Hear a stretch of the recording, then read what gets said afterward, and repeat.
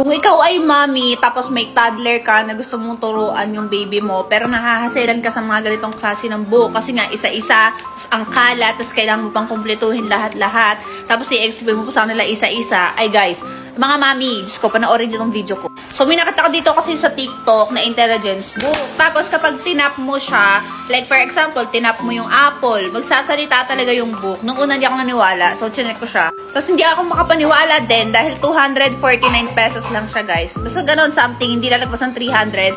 Isang book na siya. Before, nauso din yung ganito, pero ang mahal, like 2,000 mahigit, ganon, basta 2K plus something. Tapos eto, saktong-sakto, ang mura niya mga B, tingnan nyo, papakita ko sa inyo yung mga features niya.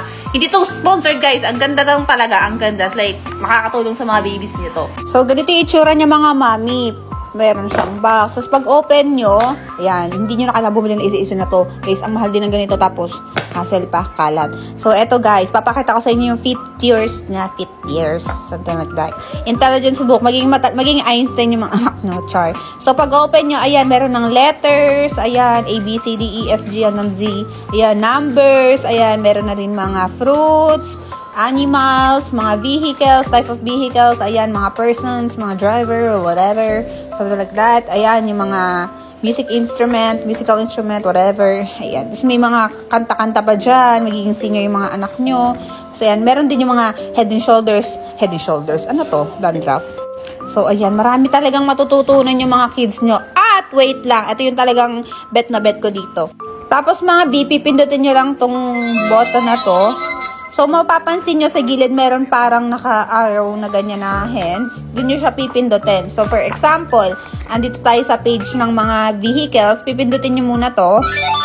So, lilipat na siya dito. For example, ayan, tatabat nyo lang to. O, train daw. O, diba? May tunog pa, be. Tapos, for example, dito naman tayo sa animals. Pindutin nyo muna to. Ayan. Tapos, ayan, lion. O, diba? So, diba? Nag-enjoy ako mga D, o. 0, 1, 2. So, diba? Pati akong mami nag-enjoy. So, i-check out nyo na yan. Ilalagay ko sa yellow basket. Bilan nyo na yung mga babies nyo. Deserve nila to as in.